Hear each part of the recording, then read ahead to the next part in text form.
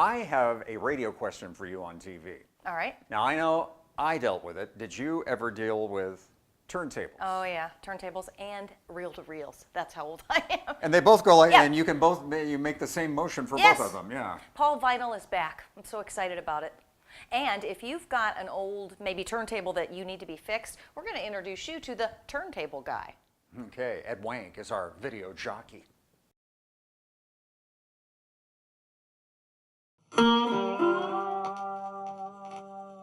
Over the last decade, vinyl records have made a huge comeback. According to Billboard magazine, over 14 million discs were sold last year. Of course, in order to hear these records, you need a turntable. You can buy one that's new or vintage, and that's where John Sheets comes in. John owns a little shop in Irvington called Affordable Hi-Fi, and his specialty is fixing old turntables. Biggest year for vinyl, 2017, since 1991. Why is it making a comeback? I think people like records because it's something that you can hold. They like looking at the pictures on there. I like records. Not all of us gave up, you know. I like records because it slows you down. You know, you listen to music on your phone. I like that too. I do all that stuff, CDs, but records, gotta stop, put it on, whether it's a short one with just one song or long. Why the vintage gear as opposed to the new stuff? I'm glad you asked that. I'm the only guy in Indianapolis who works on both new turntables and vintage turntables. Some of my customers have to have vintage stuff, and the reason is it maybe brings a memory of what they had when they were in high school or college, or what their grandparents had.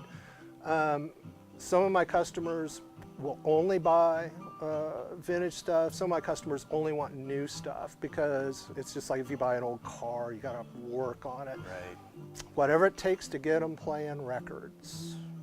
Give me some tips on care and feeding of your vinyl records and your turntable. The most important thing on a turntable is gonna be keep your needle clean and get a new needle. If you listen to a lot of records, which I do, I recommend you quit your job and just listen to records all day.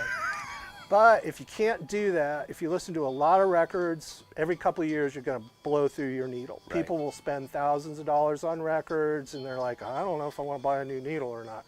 Or at least clean it, you know, get a little brush, you go get a little, sometimes you play a record, it's got a little beard on the end of the needle and makes it all distorted. You gotta get rid of that. Gotcha. What is the most difficult turntable to work on? Well, I don't want to badmouth any manufacturers, some of whom are out of business. There are three. Philips, which also invented the compact disc, you may know. Their turntables have these real weird little sensor lights, very hard to work on. And then a company called Bang & Olufsen, which I know you know about them. Vividly. You're an owner of one. And the rest of them are all just fine and dandy. I know you also sell at Affordable Hi-Fi. You sell some vintage amplifiers, the old solar Yes, I face do. stuff, and some old speakers. I and try to, yes. And the like that.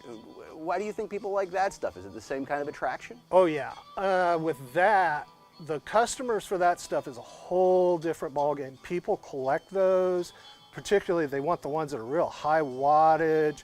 They have to have wood, they have to light up, particularly blue.